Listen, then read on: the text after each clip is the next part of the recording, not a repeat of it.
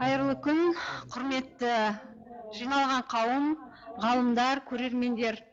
Бүгінгі біздің онлайн конференциямызға қош келдіңіздер. Конференцияның тақырыбы салалық терминология саласының өзекті мәселелеріне арналған салалық терминологиядағы шет тілдік сөздердің қолданысы деп аталады. Өздеріңізбенен онлайн конференцияға қатысып, сіздерменен байланысқа шығып отырған Мәдениет және спорт министрлігі тіл саясаты комитетінің Шаяхметов атындағы тіл қазына ұлттық ғылыми практикалық орталығының қолданбалы лингвистика басқармасының ғылыми қызметкері Жайлау Салтанат Қамзақызы.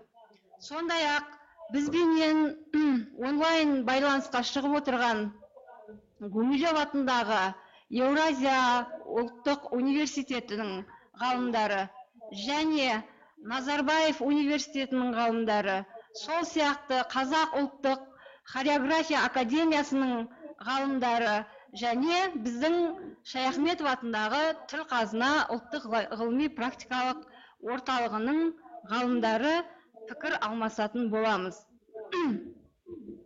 Ал енді сөздің барысында осы жоғарғы оқу орындарының басшыларына алғысымызды білдіріп кетуді жөн санап отырмыз. Бүгінгі біздің онлайн конференцияда қаралатын мәселе термин мәселесі. Біз өзіміздің күнделікті жаңағы қолданыстағы зерттеп жүрген терминдер туралы сөз қозғайтын боламыз. Тіл өз қызметінің аясында үздіксіз дамып отырады. Ал енді даму барысында көптеген өзгерістерге ұшырайды. Ал енді бұл өзгерістерге ұшырап дамып отыру тілдегі құбылыс. Ал енді басқа тілдерден енген терминдердің тіліміздегі қолданысы бүгінгі терминологияның өзекті мәселелерінің бірі болып отыр. Кірме терминдерді қабылдаушы тілдің заңдылықтары әсерінен фонетикалық, грамматикалық және семантикалық жағынан өзгеріске ұшырайтындығын барлығымыз білеміз. Ал енді кейбір терминдер, кірме терминдер тілімізге еркін еніп кететін болса, кейбір терминдер өзінің төлтума тілдегі қалпын сақтап қалып отырады. Дегенмен, шет тілдік терминдерді бірізге түсіру қазақ тілінің фономорфологиялық ерекшеліктеріне сәйкес икемделіп қабылдау бүгінгі күннің еншісінде. Ал енді бүгінгі біздің онлайн конференцияға өзіміздің белгілі лингвист ғалымдарымыз осы терминологияның табиғаты мен ерекшеліктері туралы өздерінің баяндамаларын, зерттеу жұмыстарын, ой пікірлерін ортаға салатын болады. Осы конференцияны бастау үшін бірінші сөздің кезегін Назарбаев университетінің профессоры, техника саласы терминдерінің қолданысы тақырыбында баяндама жасайтын Разира Ағабековаға сөз кезегін береміз. Разира, сөз кезегі өзіңізде. Рахмет. Мен ойлап отырғам алдындағы кісілерді тыңдайтын шығармын деп. Өйткені программа өзгеріп кетті ғой деймін, иә? Бірінші осылай онлайн конференцияға бағдарлама бойынша өзгеріс болып жатыр. Техникалық себептермен Еуразия ұлттық университеті сәл баяу қосылып жатыр бізбен. Қосылып отыр ғой деймін қазір, иә, толығымен. Бекке естіп тұрсыз ба? Егер мүмкін болса, біздерді жіберсеңіздер дұрыс болады. Программа бойынша біз енді ғана қосылдық міне. Иә, Бекке сізді жақсы тыңдап тұрмыз, естіп тұрмыз. Жақсы. Онда программа бойынша кете берейік. Дұрыс. Бағдарлама бойынша жүруге. Өйткені мазмұны соған келетін сияқты да. Бірінші Бекке тыңдап тұрмыз. Бірінші сөздің кезегі Гумилев атындағы Еуразия ұлттық университетінің тарих ғылымдарының докторы профессор Қырықбай Мазанұлы Алабергенге беріледі. Ол кісінің тақырыбы журналистикадағы кірме терминдер және оларды игеру мәселесіне байланысты болып отыр. Сөз кезегі өзіңізде. Сәлеметсіздер ме? естіліп тұр ма? Жақсы естіп Жақсы естіп отырмыз сізді. Сәлеметсіздер ме, құрметті әріптестер? Қайырлы күн. Бүгінгі тақырып өте өзекті мәселе, кірме сөздер мен терминдер. Бұл әсіресе қазіргі кезеңде тек қана біздің бір терминология саласында бір ғана бағытты емес, барлық мәселелерді қозғайтын үлкен проблема болып отыр. Өйткені елбасы да өзінің алдыңғы жолдамаларында, содан кейін жалпы басқа да еңбектерінде осы терминология мәселесін күн тәртібіне қойған болатын. Оны қайта өткен жолы ғана біздің президентіміз осы тілімізді қарым-қатынас тіліне айналдыру мәселесінде сөз етті. Бұның бәрі тегін емес, өйткені қазіргі кезеңде жаһандану заманында барлық мәселе осы негізінен терминология келіп тіреледі. Енді бір мәселе, сол мәселе қазіргі кезеңде бізде қалай жүзеге асырылып жатыр, дұрыс па, жоқ па, ол мәселені жаңа латын тілін енгізуіне байланысты жүзеге асыру қажет пе деген мәселе сұрақ туындайды. Осы төңіректе мәселе қозғалатын болсақ, әрине тіл ол ең алдымен коммуникация. Коммуникациясыз тіл қазіргі жаһандану заманында мүлде мүмкін емес. Сондықтан коммуникацияны сіздер өте жақсы білесіздер, әртүрлі түрлері бар.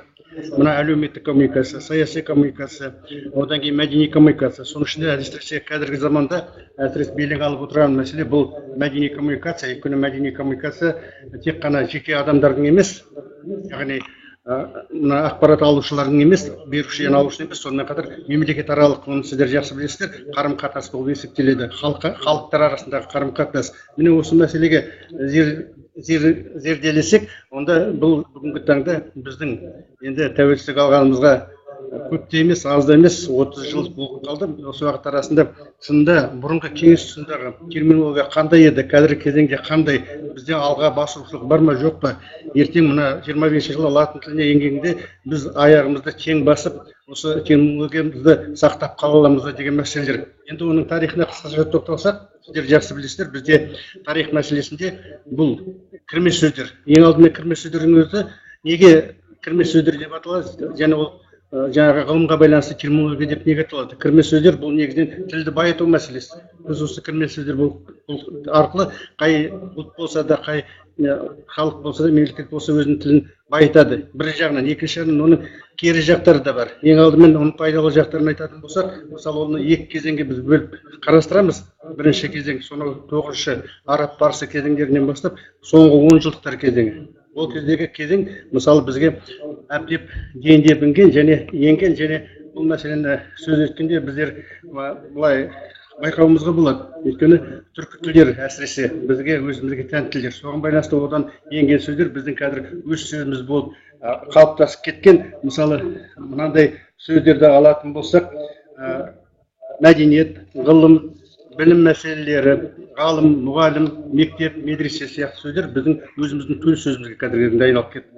Екінші бір мәселе орыс тілінен енген сөздер. Орыс тілінен де тек аударма тілінде емес, өз сөзімізге енді 20-шы ғасырдан бастап, мысалы сот, жәшік, бүкібай, әптек сияқты сөздерді айтуға болады. Бұл сөздер біздің өз сөзімізге қазіргі кезеңде айналып кеткен. Ал екінші жағынан алатын болсақ, бұл қазіргі кезеңдегі 20-шы ғасырдан бастап бүгінгі таңға дейін еніп жатқан мына жаһандану ғылым мен білімнің дамуына байланысты, технологияның дамуына байланысты бізге шетелдерден, бірақ шетелдерден тура емес, орыс тілі арқылы келіп жатыр.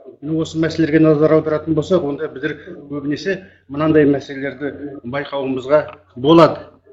Мысалы, қазіргі кезеңде блог, брифинг, буклет, газет, журнал, гарнитура, диалог сияқты сөздер, мен журналистика мәселесі болғасын ішінара ол мәселені айтып отырмын. Міне осы сөздер бүгінгі кезеңде басқа шетелдердің орыс тілі арқылы еніп бізге жаңағы терминология ретінде қалыптасып қалған тілде сөздер деп айтуымызға болады. Әрине бұл біздің тілімізге таза икемдеп, мысалы қазіргі кезеңде кейінірек тоқталатын боламыз, бізде тура аудармалар бар. Мысалы қылтима деген сөздер сияқты, балконды қылтима деп аударып жүр. Бұл ешбір мағыналы жағынан, бізде аударма мәселесіне келгенде көбінесе қазіргі кезеңде мағыналық жағынан аударылмайды, тікелей аударылады. Соған байланысты көп кемшіліктер, әсіресе мына қазіргі кезеңде сіздер көріп жүрсіздер, телевидение арқылы берілетін хабарларды біздің журналистер, комментаторлар шын мәнінде көбінесе бұл терминдерді пайдалану нәтижесінде кемшілік көрініп жатқаны жасырын емес. Ол тек қана журналистерге ғана тән нәрсе емес, бұл бүкіл жалпы салалық мұнай мәселесін алайық, немесе құрылыс мәселесін алайық, осы әсіресе медицина саласында көптеген жаңағы терминдер не тура аударма нәтижесінде өзінің мазмұнын бұзады, не болмаса сол термин күйінде алынады. Ол біздің қазақ тіліне, жаңағы балама тіліне келе бермейтін нәрселер. Болашақта мынандай мәселе келіп туындайды. Біз араб латын тіліне өту барысында өзіміздің терминологиямызды аударуымыз керек пе жоқ па деген мәселе. Әрине аудару керек. Өйткені біз мына латын графикасына ену арқылы өзіміздің жаңағы тілімізді мазмұны жағынан әсіресе байтамыз деп отырмыз. Көптеген жағы осы арқылы дүниежүзілік деңгейге, яғни латын әрпі арқылы жүзеге асырылатын бүкіл елдермен мәдени аралық коммуникациялық арқылы қарым-қатынас жасауға дайын болуымыз керек деген мәселе ғой. Мен осы мәселелерді алып қарастырғанда шын мәнінде біз осы мәселе қазіргі кезеңде әсіресе бүгінгі мына тіл қазына орталығының көтеріп отырған проблемасы өте орынды. Өйткені бізде қазір көп нәрселер бар болғанмен, ол нәрселердің негізгі нәтижелері, ең соңғы нәтижелері әлі өз жемісін бермей отыр. Ол өз жемісін беру үшін не істеуіміз керек? Қазіргідей әсіресе біз мына неде ауысатын заманда, мынандай кезеңде, яғни ертең оған қалай дайындықпен баруымыз керек? Әсіресе мына салалық терминдерді аудару мәселесі бізде қандай болады деген мәселелерге көңіл аударатын кезең жетті. Өйткені мысалы мынандай елдерде, Францияда, сендер жақсы білесіздер, Францияда тіл мемлекеттік жағы арқылы қорғалған. Олардың ғасырлар бойы француз тілінің өзгермей өз жағы қасиетін әрі қарай арттырып отырғаны, ең таза тіл ретінде, ең пайдаланатын ағылшын тілінен кейінгі тілдердің бірі ретінде қалып отырғаны. Сондықтан онда мемлекет қорғайды тілді. Екінші, Германияда осыдан бір 4-5 жыл бұрында канцлер тілді, мысалы сол кезеңде бүкіл тіл ғылымының мамандарын шақырып күн тәртібі қойды. Неміс тілі ағылшын тілімен жаңағы араласып өзінің мәнін жоғалтып, маңызын жоғалтып бара жатыр. Сондықтан Гете атындағы институтқа ғалымдарына бұл мәселені күн тәртібіне қойып, неміс тілін таза тілге айналдыру, кірме сөздерді, термин сөздерді неғұрлым неміс тіліне қарай жақындату мәселесін күн тәртібіне қойды. Бұл екінші мәселе. Үшінші мәселе жапондықтарды алайық. Жапондықтар 17-20 ғасырларда сіздер білесіздер, өзі тұмаға тұйық өмір сүрді 3 ғасыр бойы. Мәдени коммуникацияларды болған жоқ. Оның пайдасы неде? Олар осы арқылы өздерінің салт, дәстүр, әдет, ғұрып, яғни тілін сақтап қалды, әлі күнге дейін соны сақтап отыр. Және ол ұзақ сақталатын нәрсе.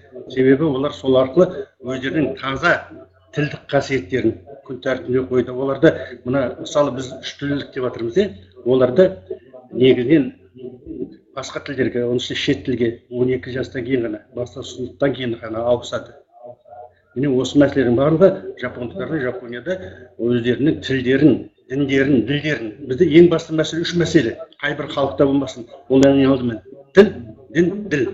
Осы мәселе сақталса, мемлекеттік жаңағы ұлтшылдық сақталады. Бұл мәселе сақталмаса, ол мемлекеттік тіл жойылады. Оны сіздер білесіздер, бұл мәселелерді бұрыннан көтеріліп келе жатыр. Сонау ерте ғасырлардан бері, ерте кезеңдерден бастары.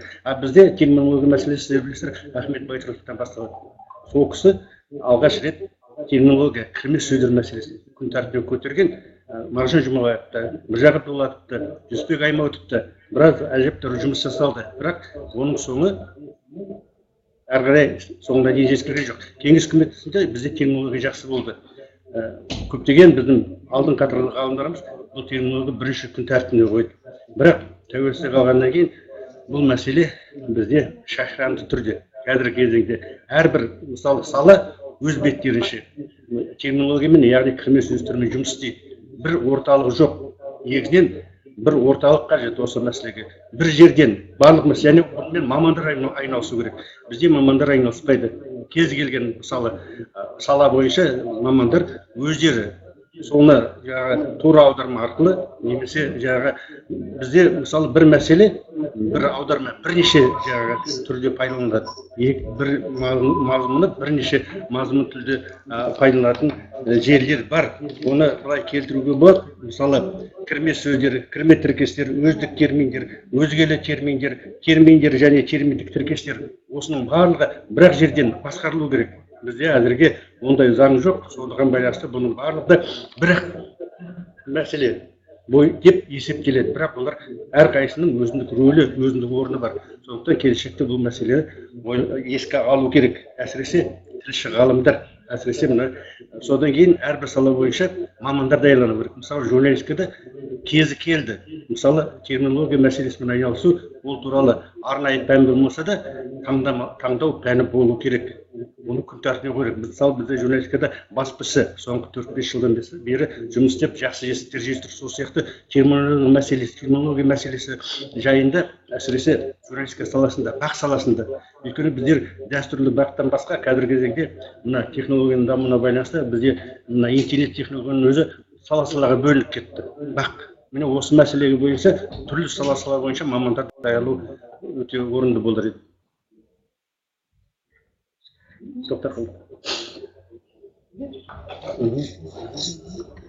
Рахмет, Қырықбай Мазанова.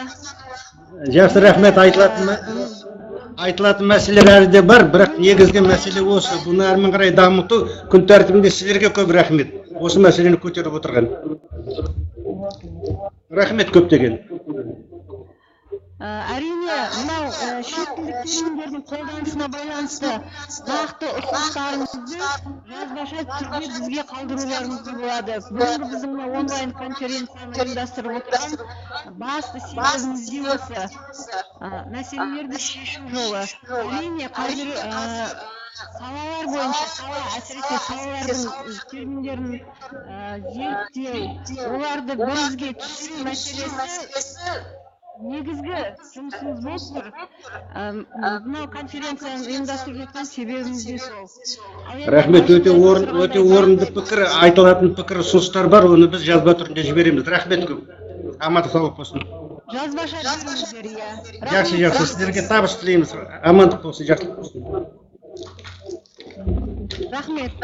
Жақсы, сау болыңыз. Келесі баяндаманың кезегі қалалық терминология, оның ішінде қазақ тіл білімі терминдерінің аударылу, бейімделу мәселелеріне арналып отыр. Бүгінгі баяндамашымыз Евразия университетінің профессоры, филология ғылымдарының докторы Бекжан Әбдуәлиевна сөз беруге отырмыз. Ономастикасындағы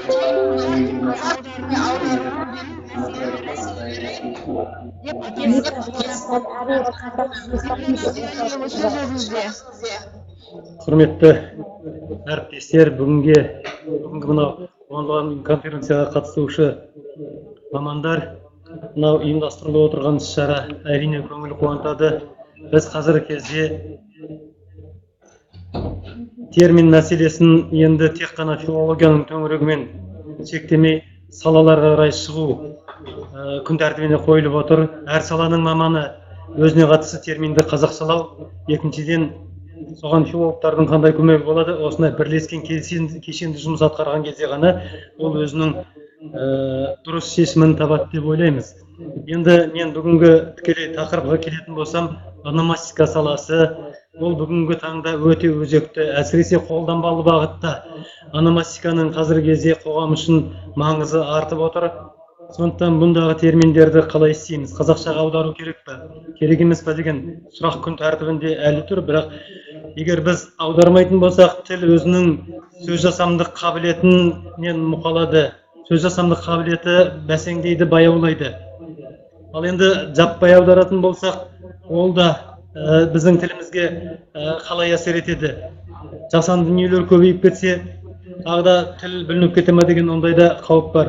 Енді бұл тұрғыдан келген кезде біз енді бұрында айтылып жүрген, қазірде айтпасақ болмайды. Әр кезде айтамыз, Ахмет Байтұрсынұлының термин жасамдағы принциптеріне сүйенеміз. Ол кісі айтады,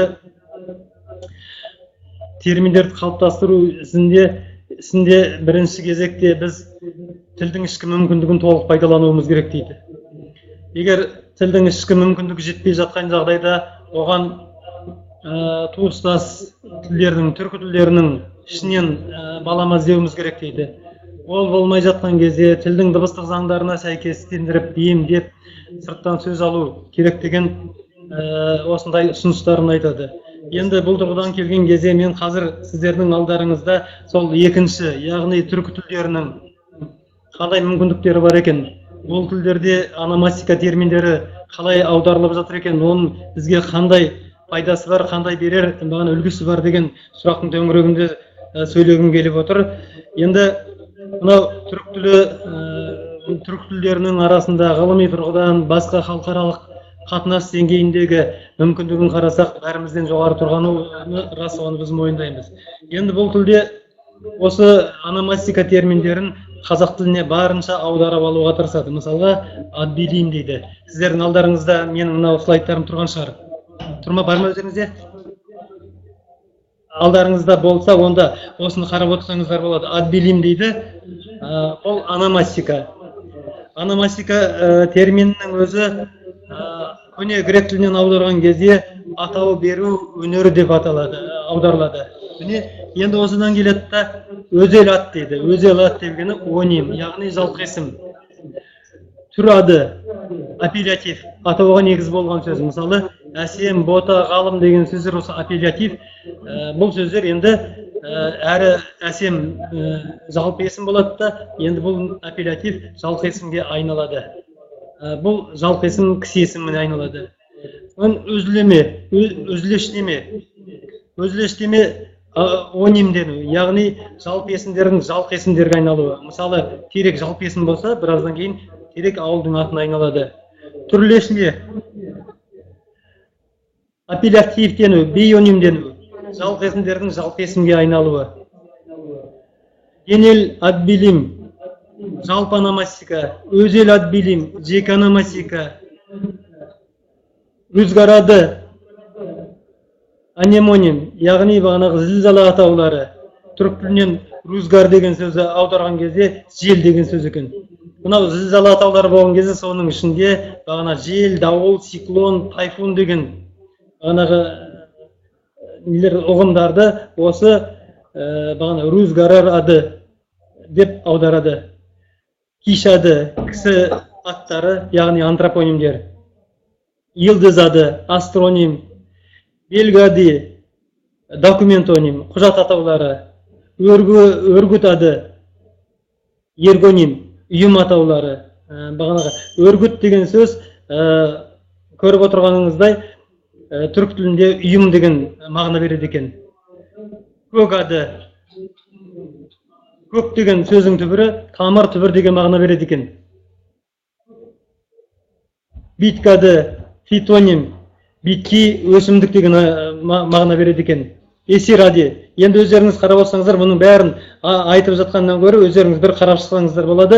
Осы жердегі бұл түріктердің бір ерекшелігі бірінші кезекте аударып алуға назар аударады. Мысалы, өзел ады, оним, жалқы есім, түр ады, апеллятив. Осыдан шығарып өзелештеме, онимдену, яғни жалқылану деп біз қазақ тіліне аударуымызға болатын еді. Бізде өкінішке қарай жалқылану деген бағанағы сөз терминге айналған жоқ.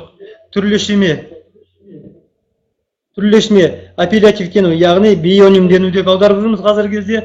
Бұл жалпылану, жалпы есімдердің жалпы есімдерге айналуы. Енді түсінікті болу үшін, мысалға, алдаркөсе деген сөз бар. Алдаркөсе адам аты, ой, алдаркөсе екен, мынау бір жүргенде өтірікші деген мағынада қолданатын болсақ, бұл жалпы есімге айналып кеткен. Міне осындай нені түріктер өз тіліне аударып алады да, барынша түрік тілінде сөйлетуге тырысады. Сонда біз өз жерден бағана қазақ тіліндегі терминдерді жалпылану деп бағана апеллятив сөзін аударатын болсақ, тілімізге сіңімді болар еді. Өкінішке қарай бұл бізде қазір болмай тұр. Екіншіден, онимнің түрікшеленген нұсқасы ады сөзіне тәуелдік жалғауы жалғанады. Бірге жазылады, бір ұғым ретінде танылады. Юлдыз ады, мысалға аспан денелерінің атауы деп жүрміз, оны астронимдерді юлдыз ады. Ал осы саланы зерттейтін астрономика терминін бергенде қысқарып қалады да юлдуз ад билим дейді деген сөзді айтуға тәуелік жалғауының қосымшасы түсіп қалады да юлдуз ад билим деп бағана ықшамдап алып береді. Үшіншіден, термин жасамда сөздің белгілі бір ерекшелігі басшылыққа алынады да сол сөзге қосымша мағына үстеліп термин ретінде қолданысқа беріледі. Мысалы, астроним юлдуз ады деп аударылады. Таңдалған терминнің мағынасы тар, себебі астроним аясында тек жұлдыз ғана емес, ай, күн, тағы басқа планеталар да осыған кіреді. Бірақ юлдуз ады деп осы бір сөзбен атайды да бағанағы астронимнің несі баламасы ретінде алады. Сөйтіп осы йылдыз адының аясына айда, күндізде, жұлдызда бәрі кіріп кетеді. Міне бұл неден бұл бағанағы тілдегі терминдерді қабылдаған кезде бірден сіңісіп кету жолдары қандай дейтін болсақ, бұл жерде жалпы тіл қолданыста басқа тілдің ықпалына көп ұшырамағанын көрсетеді. Басқа тілдің ықпалына ұшырамаған сөздерде бағанағы біз бір термин жасасақ, оны тілімізге сіңіріп болғанша отырса опақ, тұрса сопақ жасаймыз. Сөйтеміз да ол терминді барынша қабылдамауға тырысамыз. Ал енді біздің осы тәуелсіздік алған жылдарда терминдерді аударып келген кезде бізге бір риза болатын жеріміз осы журналистер. Журналистикада, баспасөз құралдарында осы тілге сіңіп, арғай сол өзімдік болып кеткенше осы бақ құралдары тілдегі терминдердің қалыптасуына, тілге сіңісіп кетуіне үлкен еңбек етті деп айтуға болады. Енді түрік тіліндегі аударма терминдерін негізге ала тұрып, бізге де біршама жаңа үлгілерді жасауға болар еді. Соның бірі билим сөзінің орнына біз танымды қолдануымызға болады. Мысалы, ономастика атау таным деп алатын болсақ, ол осы атау танымға келетін еді. Өйткені ономастика дегеніміз бағанағы әуелгі табиғатын алатын болсақ, ономастика деген бұл не? Тек қана ат беру білім емес, ғасырлар өте келе бұл ономастика халықаралық терминге айналды. Бұл тек атты беріп қоймайды, сол атты зерттейтін, арғай даму бағыттарын айқындап отыратын ғылымның саласына айналды. Сөйтіп ономастика терминінің мағынасы кеңейді. Ал енді біз осы ономастиканың орнына атау таным терминін алатын болсақ, бұл бағанағы біздің тілімізге сіңісті, дұрыс болар еді деп ойлаймыз. Сол сияқты антропонимді кісі аты деп. Бүгінгі дейінгі аралықта антропоним деген сөз бар, оны кісі аты, кісі есімі, адам аттары деп осылай әртүрлі атап жүрміз.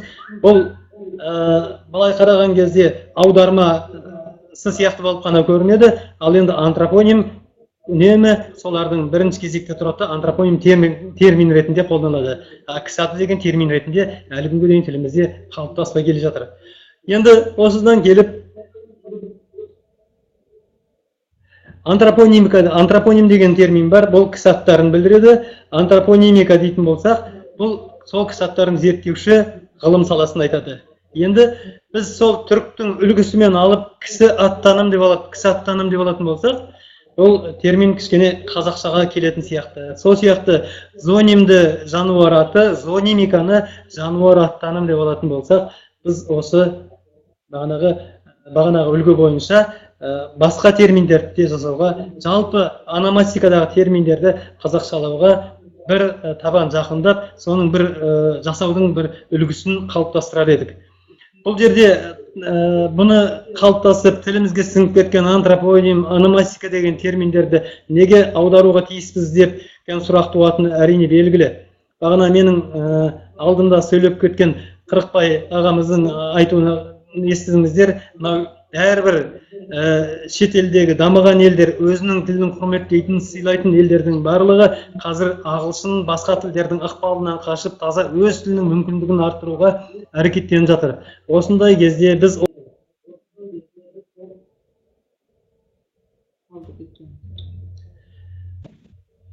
сол тілдің жетегінде кете береміз. Біз онан шығуымыз керек. Қалайда өзіміздің тілге енетін келіп жатқан антропонимдерді, ономастикалық терминдер, жалпы терминдерді қазақшалауға әрекет жасауымыз керек.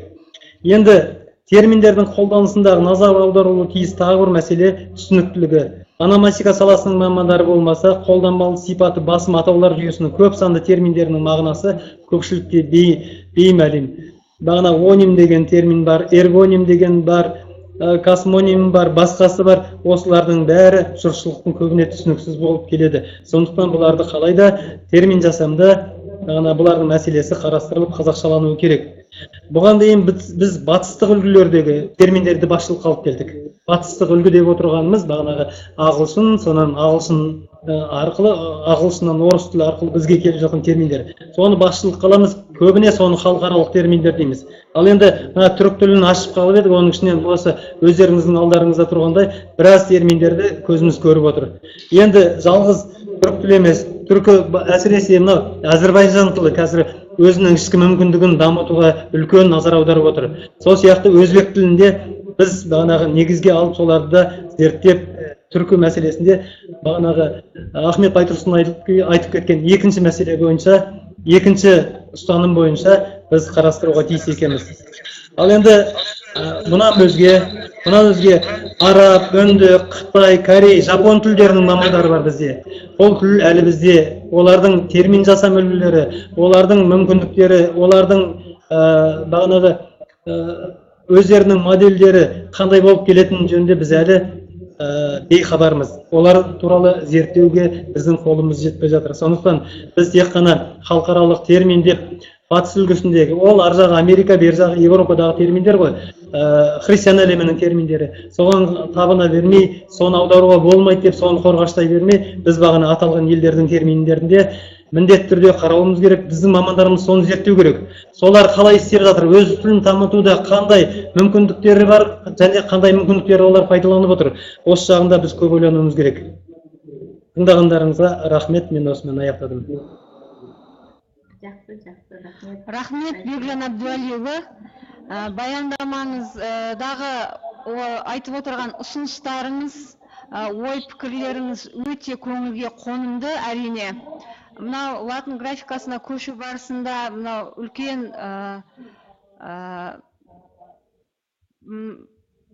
жаңалықтарға көшіп отырмыз ғой қазір. Осы көшу барысында осы сіздің ұсыныстарыңызды әрине ескеруге бар күшімізді саламыз.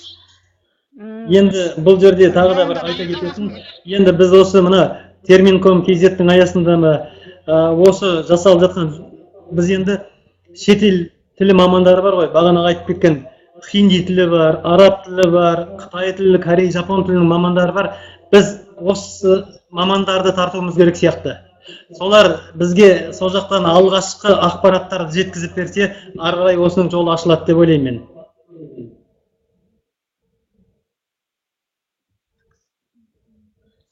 Рахмет.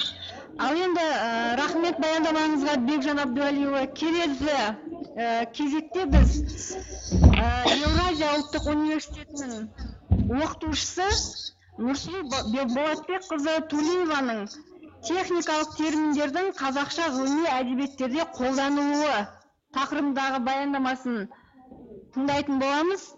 Баяндамашыларға ескертіп жатырмыз, 10 минут регламентті сақтасаңыздар екен.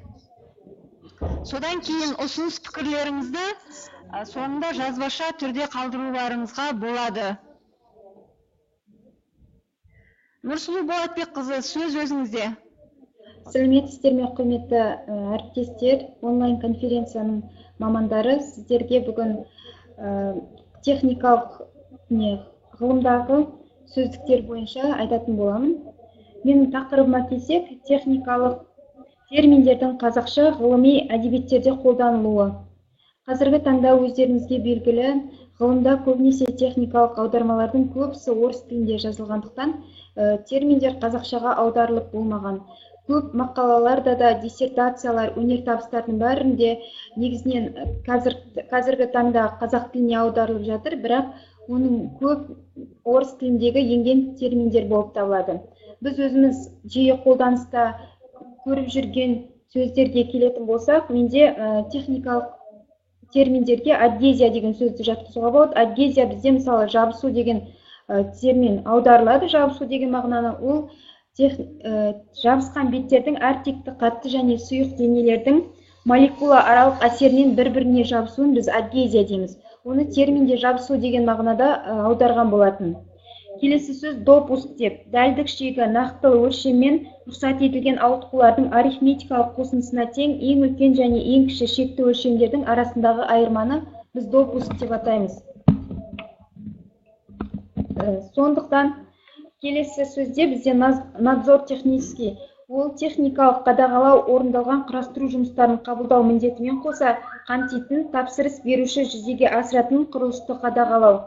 Норма деген сөз көп қолданылады. Норма деген сөзді біз қазақша мөлшер, жобалау, салу немесе анықтаудың жеке мәселелері бойынша бірыңғай сандық және сапалық көрсеткіштерді белгілейтін талап болып табылады.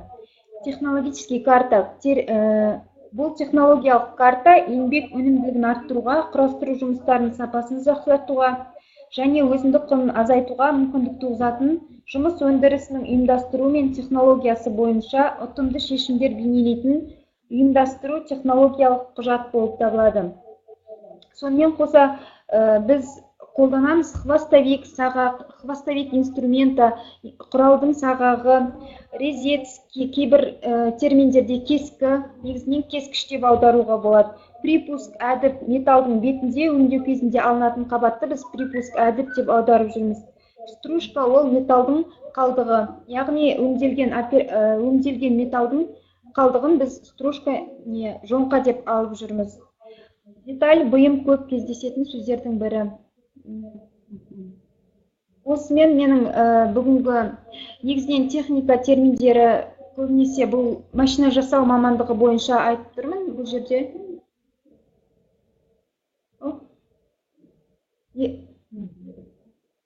Ерекшеліктері жөнінде айтқан болатын.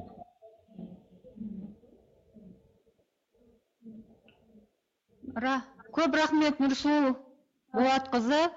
Әрине, техника саласының терминдерінің баламасын тауып, оны қолданысқа енгізу, әрине ғалымдардың зерттеу нәтижесінде бізге қолданысқа енгізуге болады. Ұсыныстарыңызды соңында бізге жазып жіберсеңіз болады. Біз әрине мына үкіметтің жанындағы терминология комиссиясының отырысында қарап, бұл терминдердің баламасын, қазақша баламасын беруге тырысамыз. Баяндамаңызға рахмет.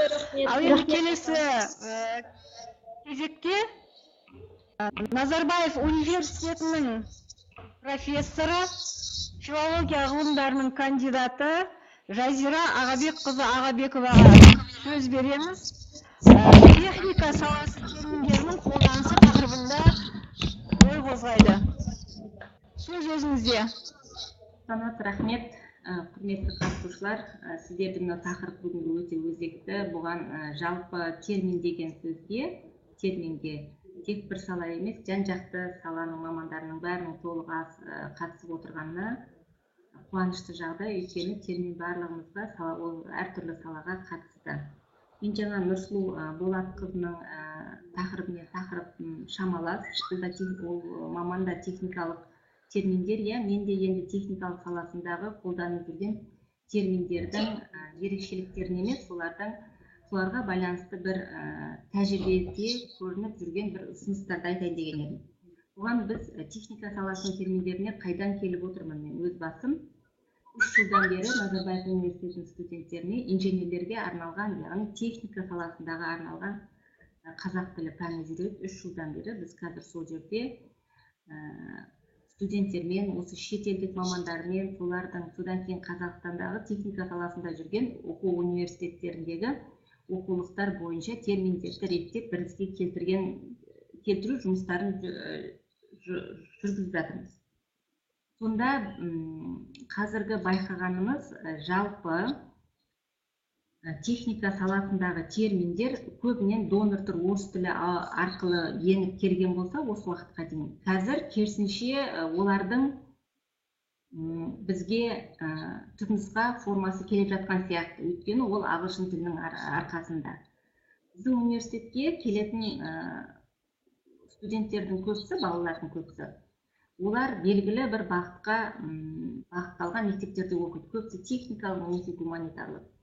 Солар өздерінің, мысалы, химиялық элементтерді айтайық, кен және химия инженерлігі деген мамандық бар бізде. Осы екі мамандықта техника саласындағы балалар қазіргі уақытта мынандай нәрсеге әуестеніп жүр, немесе солай қолданады екен өздерінің қолданысында.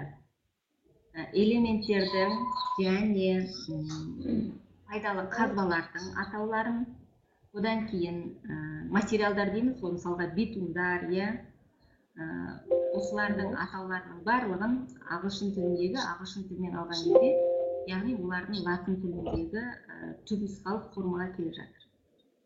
Мысалға калиум, кальциум деп о бастағы формасын айтады. Бір шетінен бұл жақсы ма, яғни жаңа Бекең айтпақшы, халықаралық кеңістікте негізінде сіз айтып жатырсыз, халықаралық кеңістікте неге біз ағылшынның, америкалық, яғни христиан дініндегілерді алып жатырмыз деп. Қазір біз халықаралық кеңістіктегі негізгі жоғары бірінші қатарда тұрған ағылшын тілі болғандықтан біз соларды өзімізше халықаралық деңгей деп алып жүрміз. Яғни көптеген елдер, Азия елдері болсын, Жапонияны айтып жатырсыз, Қытайды айтып жатырсыз, Үндістанды айтып жатырсыз. Олар да негізгі техникалық тілдерін, енді гуманитарлық қатты білмеймін, техникалық тілдерін осы ағылшын тілі негізінде оқып жүр. Соның нәтижесінде ортақ терминдер, тілдер ортаға шығып жатыр. Химиялық терминдердің ішінде аударылып оқитындары 13-14 термин оқитын. Оны бұрыннан қолданып келе жатыр. Мысалға, сутегі, көміртегі, мыс, күміс, қорғасын, күкірт, сынап, қалайы, оттегі, мырыш деп айтады да, бірақ қалғандарының бәрін қолданған кезде негізінен әлі де болса донор тіл арқылы келген, орыс тіл арқылы, болмаса сол түпнұсқаға келе жатыр екен. Енді екінші нәрсе, материалдар да солай. Қазір табиғи емес жасанды материалдардың қолданылуы өте көп техника саласында. Бұл материалды жасаған кезде аты қалай қабылданып жүр, сол бойынша алып жатыр. Оның барлығы студенттерге немесе қолданысқа қалай келеді. Сол салада білім беріп жатқан жоғарғы оқу орнының кітаптарын алып қарасаңыз, немесе интернетке жариялаған сол саладағы мамандары арқылы игеріліп жатыр. Екінші тағы бір айтып кететін нәрсе, енді өзіміз бір терминнің әр салада тіпті бір-біріне туыстас дейміз ғой, ұқсас сала деп жүрміз, қазір. Техника саласының өзінде бір-біріне ұқсас келетін салалардың өзінде бір термин әртүрлі аударылады екен, яғни бір сөз. Біз гидроға байланысты терминнің бірнешесін алып қарадық. Оларда мысалға сәулет құрылыс, бұлардың бәрі және кен шаруашылығы, осыларды алып қарайтын болсақ, бұлар бәрі бір-біріне техникалық терминдер. Олардың біріне материалдар келеді, яғни техникасында инженерлер жұмыс жасайды. Сода гидроға байланысты ең бірінші гидроизоляция деген сөз бар. Гидроизоляцияда термин бар. Гидроизоляцияны біз гидрооқшаулау деп аламыз. Бұл 2015 жылы бекітілген термин гидрооқшаулар, көлік және қатынас жолдары барысында. Содан кейін 2017 жылы гидрооқшаулағыш болып байланыс саласында тағы да бекітілген осы термин 2007 жылы. Бюджетте 2012-2015-те гидрооқшаулау болады. Яғни бір терминнің өзі 2 жыл сайын арасында терминнің бекітілуінде қайтадан бекітіліп тұрма, мен түсінбедім. Содан кейін барып, енді гидрооқшаулау, гидроизоляция болып келеді де 2019 жылы гидроаэробика су костюмы болып аударылады. Гидрокостюм су костюмы болып аударылады, суға кетеді. Содан кейін кен ісі және металлургия саласында гидроизоляция су оқшаулағыш болып келеді, су шаруашылығында суды оқшаулау болып келеді. Біз лексикалық мағынасына қарайтын болсақ, екі нәрсе деп ойлап бәрін қолданысын қарадық, бірақ негізі қолданатын мағынасы бір, қолданатын саласы бір. Соған қарағанда мен ойлап жатырмын. Мысалға гидроны су деп аударуға болады. Содан кейін гидротерапия деген бар екен да, оны сумен емдеу дейді, екі нұсқасын беріп қойған. Және гидротерапия дейді. Гидрофобияны да гидрофобия немесе судан қорқу деп береді. Екі нұсқасын біздің 2017 жылы екеуінде қатар қолдану позициясы жұмыс істеп тұр екен қазіргі уақытта. Тура осындай нәрсе реконструкция деген сөзде. Реконструкция деп 2019 жылы бекітеді терминді, бірақ информатика деген бұл техникалық сала, иә. Содан кейін барып машина жасауда техникалық сала, көлік қатынас құралдары техникалық сала. Осылардың бәрінде осы реконструкция бір жерінде құрылма, бір жерінде реконструкция болып қайтадан келінеді, бір шетінде құрастырма болып кетеді. Информатика мен есептеу саласында. Былайша қарасаң, біз оқытқан кезде, біз пайдаланған кезде, бұлардың бәрін біз техника саласы деп аламыз. Көлікті де, оларда өткен инженерлер жұмыс жасайды, жаңағы сәулет өнерінде, теңізінде, бұлардың бәрі техникалық сала болғандықтан бір-біріне жақын туыстас. Гуманитарлық сала емес, мысалға реконструкция деп айтатын болса, немесе тілдің реконструкциясы деп қолданылады, құралым деп аударылады ол кезде. Осындай сала емес, бұлар бір-бірімен туыстас салада, яғни жақын салада терминдерді біздің ұсынысымыз бір сөзбен аудару керек. Өйткені термин дегендерде жалпы балама болмайды. Мына жерге неге екеуінің бірге қолдануын қосып қойған. Мүмкін ол тілдік нәтиженің арқасында, тілдік қолданыста жүрудің арқасында біреуі қатынастан шығып өзінің орнын басатын шығар. Осындай бір ұсыныстарды айтамын. Тағы да мысалға осыған байланысты қазіргі уақытта ғылыми әдебиеттерді жаңа мен Нұрсұлумен ойлаған, біраз сөйлесейін, пікірлесейік деп. Нұрсұлу болатын болса, оқулықтардың ішінде аудармаларында орысша кітаптарды аударған кезде терминдердің арасында өте қатты ала-құлалықтар бар. Яғни калькамен өздері Қазақстан Республикасының үкімет жанындағы терминологиялық комиссияның бекітілмеген, сол комиссияда бекітілмеген, оның тізімінде жоқ сөздердің бәрін қосып оқулықты жібереді. Сонда біз енді болашақ үшін жұмыс жасап жатқан мамандарымыз ғой, былайша қарасаңыз. Сонда біз болашақта терминдерді реттеу үшін ең бірінші оқулықтарды техника саласындағы және сода қолданып жүрген сөздерді бір ретке келтіру керек сияқты. Ол үшін тек қана сол саланың мамандарын емес, сол салада білім беріп жатқан жастарды да араластыру керек. Рахмет тыңдағандарыңызға. Рахмет Жазира Ағабекқызы, айтып отырған ұсыныстарыңыз өте орынды. Әрине, мынау терминком комиссия мүшелерінің бекітіп берген әр жылдары, енді әр сала бойынша бекітіп берген терминдерін мысалға контекстке қарай және мынау салаға сәйкес өзіне бекітіп қолданыста жүр ғой енді. Ал енді бұларды бірізге түсіру, оларды қолданысқа бір қолданысқа салу әрине бізде кем болып тұр қазір. Осы жөнінде мынау бірлесе отырып, мынау сала мамандарының басын біріктіре отырып, осындай конференцияны ұйымдастыруымыздың себебі осы. Алдағы уақытта әрине бірізге түсіреміз. Және мынау біздің termincom.kz сайтын өте орынды айтып отырсыз. Мынау жас қолданушылар, әсіресе студенттер, зерттеушілер, жас мамандар осы termincom.kz сайтында салынған терминдерді басшылыққа алып отырса деген біздің де ұсынысымыз бар. Рахмет. Тағы бір айта кететін нәрсе, бұдан жаңағы біз бір-бірімізден бірігу, бірге жұмыс істеу деген нәтижесінен жаңа Евразия ұлттық университетінің профессоры айтып кетті, Бейжан ағаның алдында.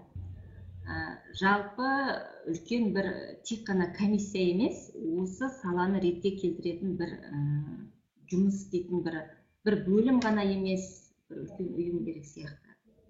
Мемлекеттің қарауында ма, соны ұйымдастырса, бірте-бірте ол тура қазір сол қажеттілік туып отыр да.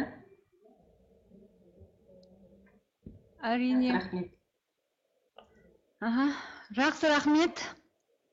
Келесі сөздің кезегін қазақтың ұлттық би өнерінде өзіндік орны бар, кәсіби сахнада өнерімен танылған, қазақ хореография ғылымдарының дамуына, қазақ биінің терминдерін қалыптастыруға өзіндік үлесін қосып жүрген, қазақ ұлттық хореография академиясының режиссура кафедрасының профессоры, еңбек сіңірген қазақ КСРО-ның еңбек сіңірген артисі, өнертану кандидаты, профессор Тойған ізім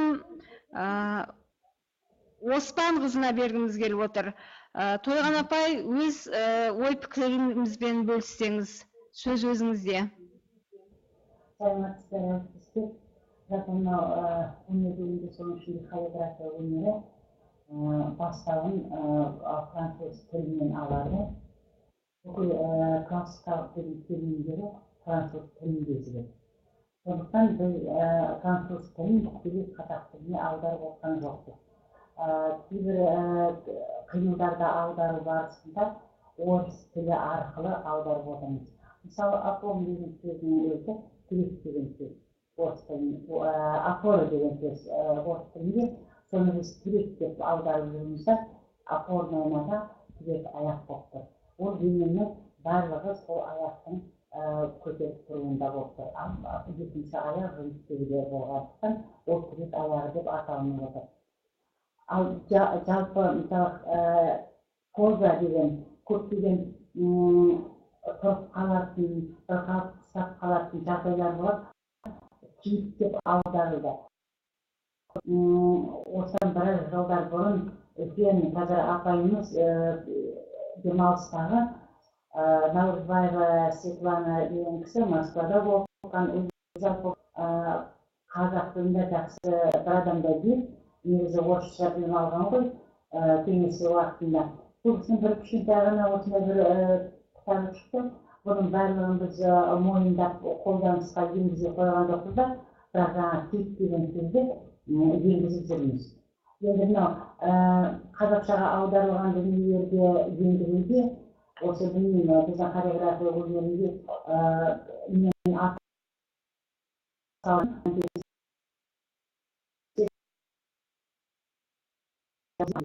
ол жаңағындай тұрып қалатын позаларымыз болса, позиция дегендеріміз бар, қол қалыптары, қол позиция, рух позиция нөктелер, олардың бәрін қалып деп аудару керек. Сол сияқты плие деген ол француз тілінен алынған отырыс. Отырыстың өзі полный плие, кіші маленький плие, большой плие деп айтамыз. Соны қазақша орташа отырыс және толық отырыс деп айтамыз. Сол сияқты классикалық биге аудару өте қиын да, сондықтан ол халықаралық деңгейдегі бір ғана қолданыста жүрген сол француз тілі болғандықтан біз классикалық бидің терминдерін аударуға онша құштар емес. Біз бүгінгі күні жалпы би өнерінің басқа өнер түрлерімен бірге дамуына байланысты көптеген ортақ қолданыста жүрген артист деген сөзі, роль деген сөздері көңілге қона қоймайтын болды. Себебі мысалы антикалық дәуірден келе жатқан трагедия, комедия, драма деген сөздерді сол қалпында қолданып жүрміз. Ол да халықаралық деңгейдегі терминдер. Ал енді рөлмен артист рөлді атқарып жүрген, артист атқарып жүр. Соны біз Мұхтар Әуезовтің нелерінде, зерттеулерінде, 60-70 жылдардағы алғашқы театр өнерімен зерттеушілердің жұмыстарында роль, орысша р-о-о-л нөктенің знакы, рөл емес. Ал артист емес. Бірақ кейінгі кезде осы сөзді аударма түрінде енесі, аударма түрінде жазылды. Соның мысалы қаншалықты бізге керек дүние. Біз музыкалық өнермен тікелей байланысты болғаннан кейін такт деген сөзді, такт бір музыканың бөлшегі. бір екі үш төрт деген санға ғана сиятын болмаса бір екі деген санға ғана сиятын тарт деген сөзді ұяшық деп аударып жүрді. Осы жөніне келгенде жаңа өздеріңіз айтып отқан термин қолында осы өнер адамдарынан өнер адамдарында кімдер отыр екен сол терминді жасап отқан деген сондай бір сұрақтар туатыны арасы бізде. Соның ішінде музыканттарда, жаңағы драматургтерде, режиссерларда, тағы да басқа саланың адамдары болу керек сияқты деп ойлаймын. Сұрақтарыңыз болса, мен жауап беруге дайынмын. Рахмет, Тойған Оспанқызы. Әрине, енді сіздер хореография саласы болғаннан кейін сіздердің өздеріңіздің мынау халықаралық деп жатамыз ғой, қалыптасып қалған терминдеріңіз бар. Жаңағы Байтұрсынша айтатын болсақ, мысалға, барынша терминдерді өз тілімізде алайық дейді ғой енді ол кісі.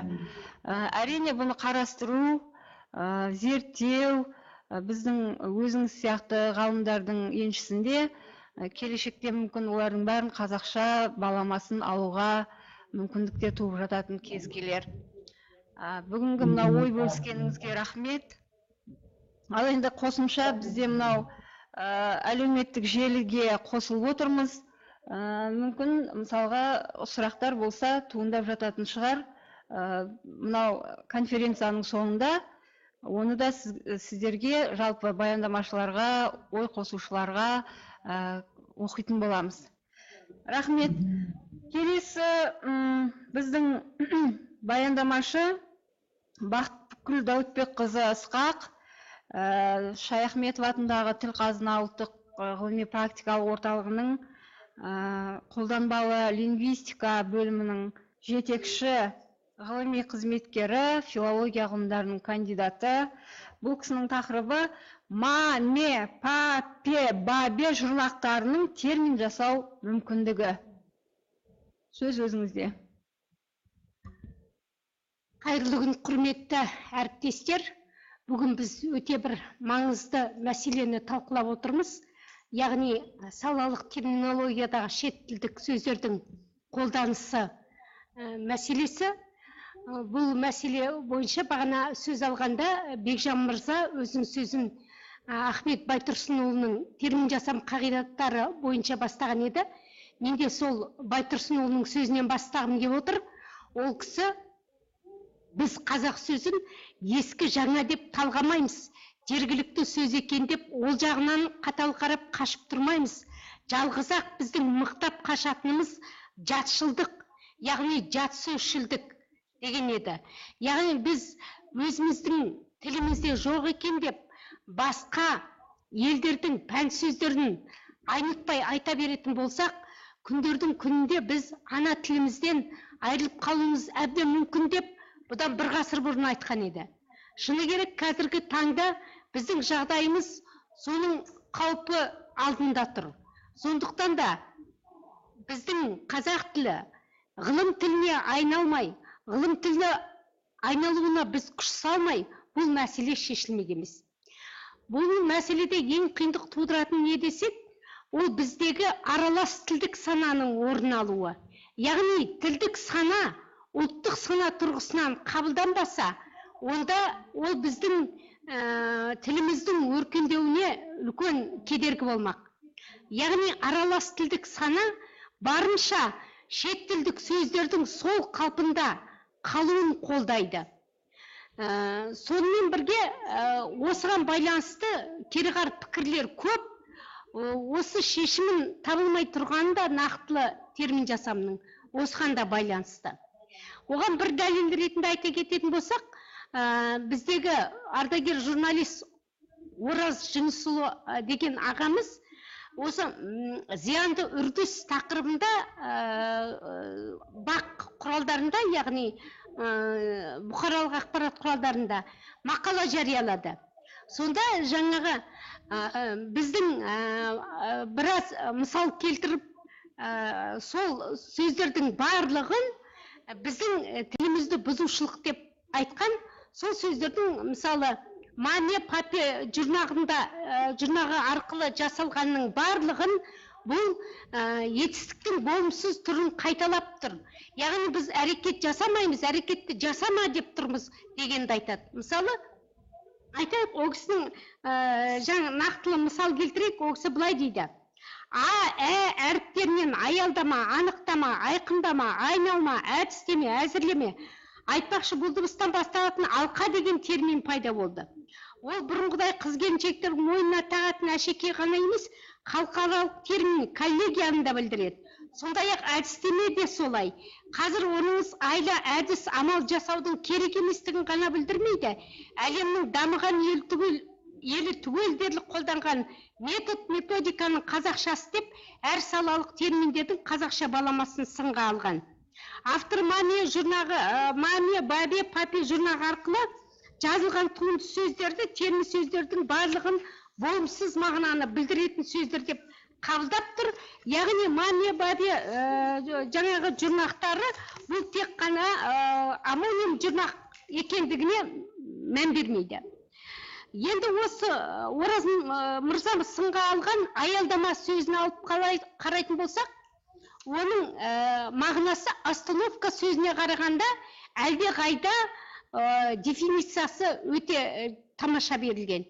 Өйткені біз остановкада біз тоқтап тұру дегенде білдірмейді. Аялдама сәл ғана кідіріп, мейлі ол көлік болсын, мейлі ол адам болсын, аялдамада сәл кідіріп тұрып, келесі көлікке мініп кетеді.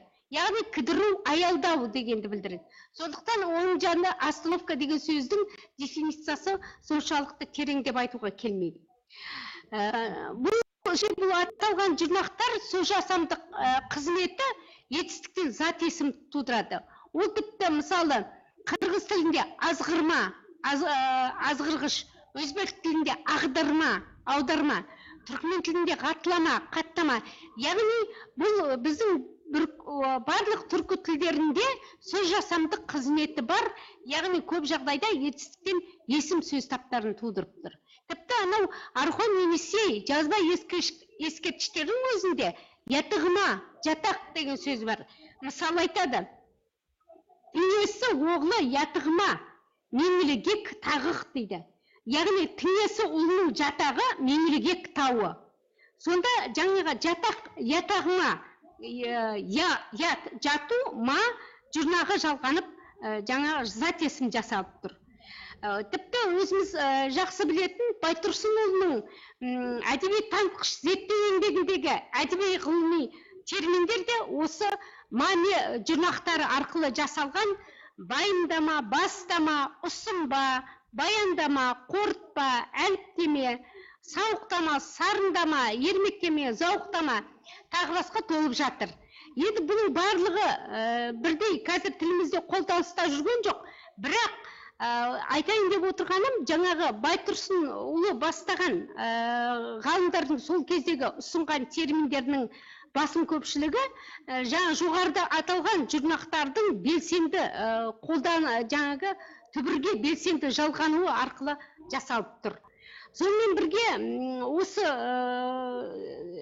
конференцияға дайындалу барысында біз бірнеше сөздіктерді қарадық. Әдебиет және лингвистика сөздігі, көлік және қатынас сөздігі, тамақ өнеркәсібі және тұрмыстық қызмет сөздігі.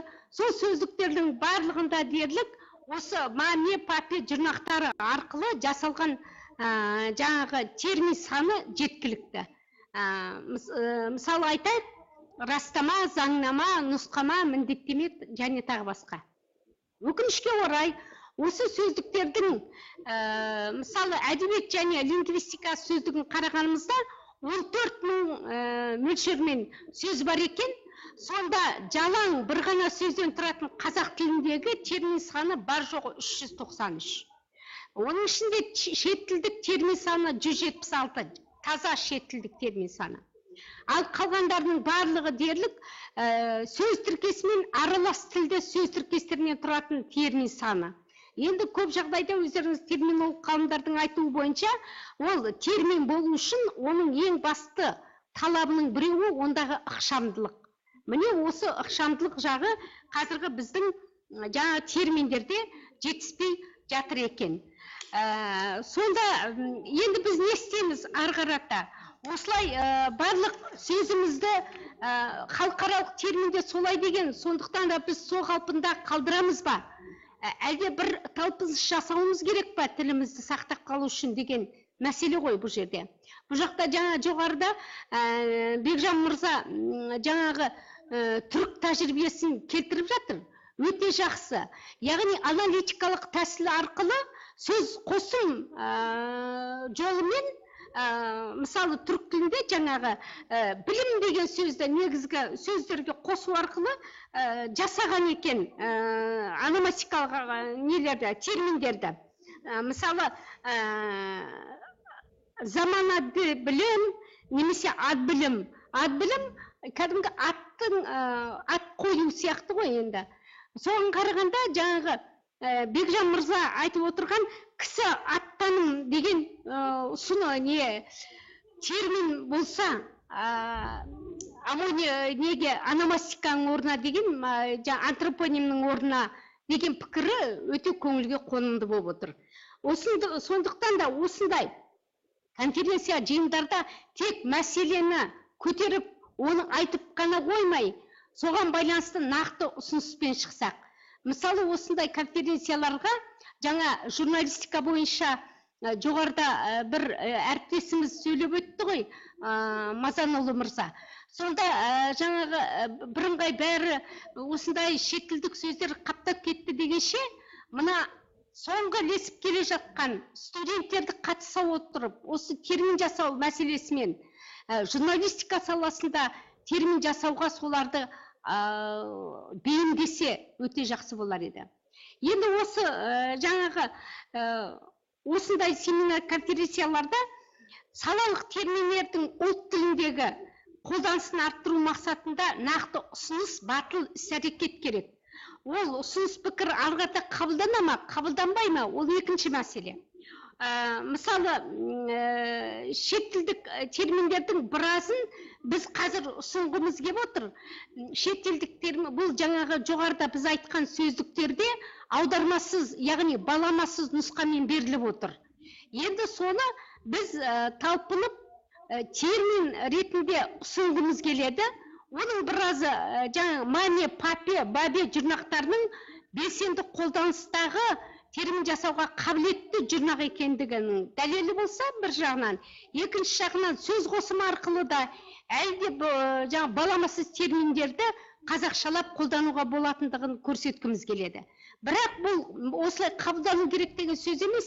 Оны біз талқыға осы конференция осы терминком кезеттің ішіндегі алаңда өтіп жатқандықтан біз оны болашақта алаңда талқылап, қажет болған жағдайда, егер көңілге қонымды елдің көңілінен шығып жатса, терминком комиссиясының мемлекеттік комиссияға ұсынып, алдағы уақытта қолданысқа енгізсек те артық болмас еді. Мысалы айтайық, жаңағы навигатор деген бар бізде. Оны барлығымыз қазір мобильді қосымшада қолданамыз. Осыны бағыт басқарма. Содан кейін компьютерлік бағдарламаны жаңғыртатын бағдарланы апгрейд деп жатады. Жаңартпа. Немесе мына техника саласында күйдіру кезінде түтінді газ әсерінен пайда болатын тақтайшаның бетінде күңгірт дақ қалады. Задувка дейді екен, оны орысшада задувка, қазақшада задувка дейді. Күңгірт дақ болғандықтан күңгіртпе. Содан кейін қонақ күтуге салтанатты шараны өткізуге арналған үйдің қабаты о баста бельэтаж деп аталған екен. Бельэтаж жаңағы өте салтанатты шараны өткізуге арналған үйдің қабаты болғандықтан, оны бельэтажды төр қабат деп. Немесе мына тұрмыстық қызмет аясында киімді сәндеп безендіруге арналған бұйым түрі бар, басма дейді. Жеп, шашақ, жиек деме түрі. Соны сән жиек.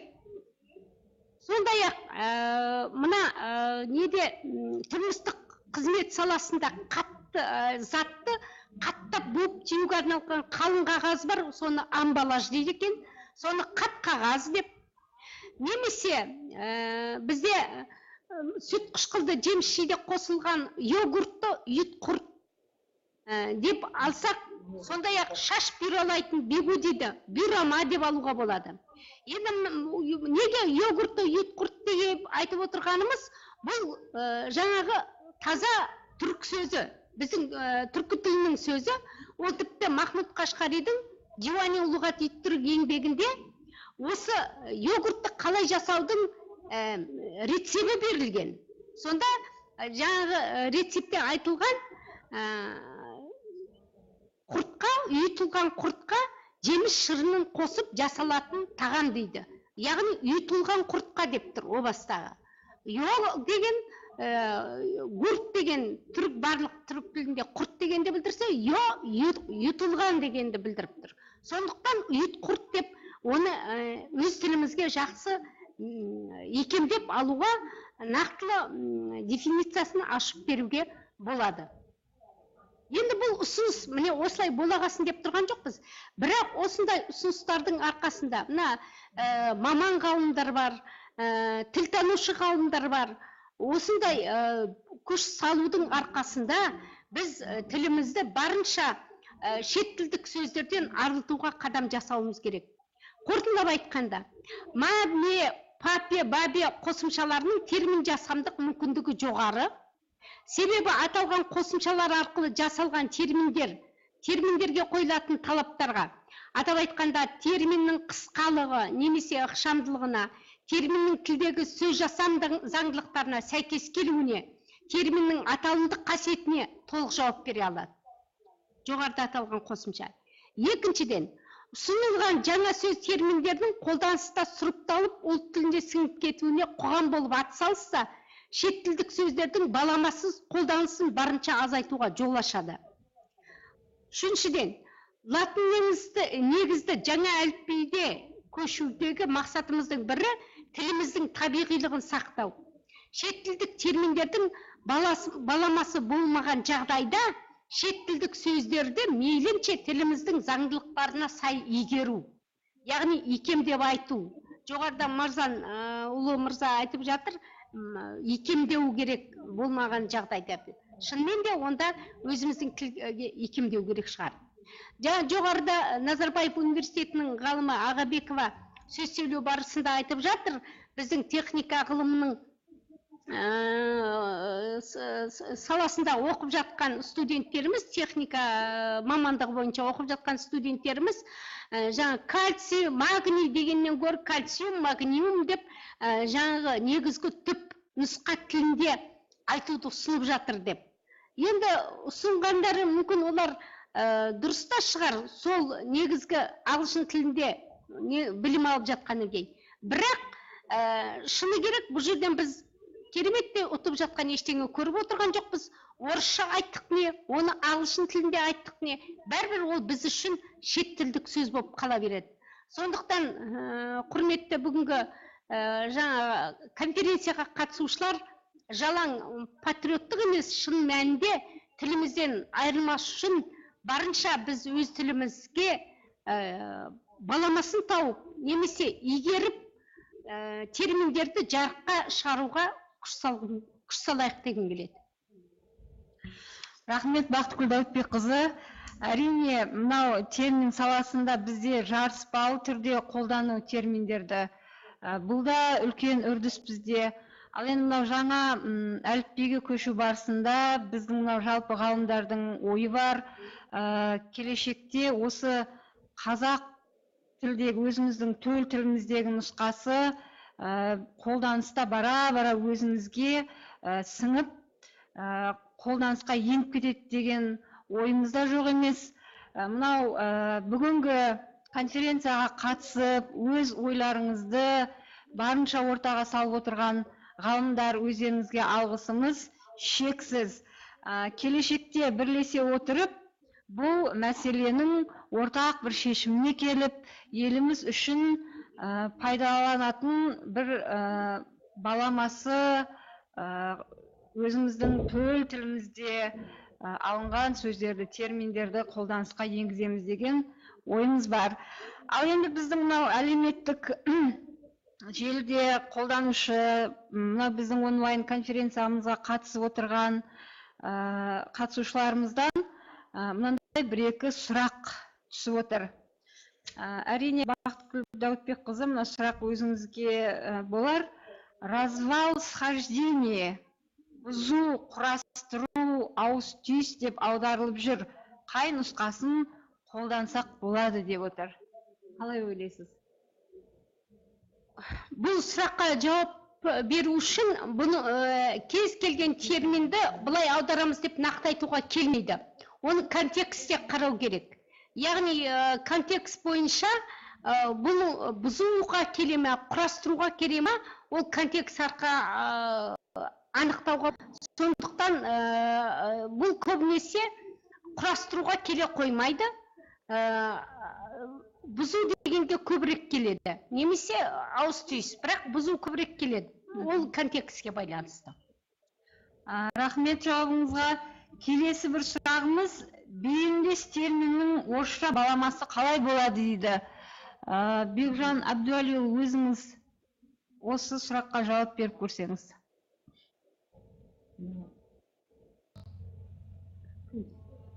Қайдан бір айтып беріңіз терминді?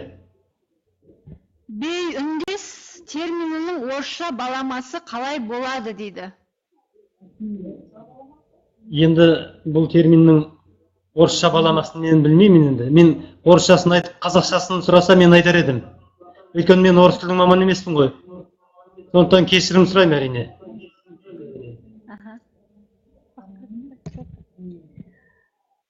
Бейіндес терминнің орысша баламасы мынау деп нақты айтуға келмейді. Бұл не соответствующий к закону сингармонизма дегенге көбірек келеді ғой. Яғни біздегі үндестік заңына сәйкес келмейтін деген сөзді. Мысалы, біздегі кітапхана деген сөзді алсақ, бұл бейіндес сөз болып тұр. Кітап деген бір алғашқы буыны жіңішке, кейінгі буындары жуан болғандықтан бұл бейіндес сөз болып тұр. Яғни сингармонизм заңына сәйкес келмейтін деген мағынада. Ол енді ол біздің тілімізде, яғни түркі тілінде ғана болғандықтан, бұны орыс тілінде былай деп айта қою қиын. Жалпы мазмұны осы. Әрине, бұны зерттеу барысында. Ал енді құрметті әріптестер, бүгінгі біздің онлайн конференцияға қатысушы мырзалар, ханымдар, бүгінгі біздің бас қосуымызда тұжырымды ойлар айтылды, пікір қосып жатырсыздар, ұсыныс беріп жатырсыздар. Баршаңызға үлкен алғысымызды білдіреміз. Құрметті әріптестер, біздің айта кетейік дегеніміз, бұл Терминком KZ сайтындағы алаңда жүріп жатқан конференция. Бұл конференцияда қойылатын сұрақтарды біз өзімізге жазып алдық, өзіміз қоятын сұрақ сіздерге. Соны алаңда жариялаймыз. Сол алаңға кіріп, сол сұрақтарға жауап беріп, сол конференцияны алаңына осы бүгінгі онлайннан тыс уақытта да жалғастыруға болады. Рахмет. Ал енді онлайн конференцияның жұмысына қатысқандарыңыз үшін қатысушыларға үлкен алғысымызды білдіреміз. Және мынау жасап жатқан еңбектеріңізге үлкен табыс тілейміз. Баршаңызға рахмет.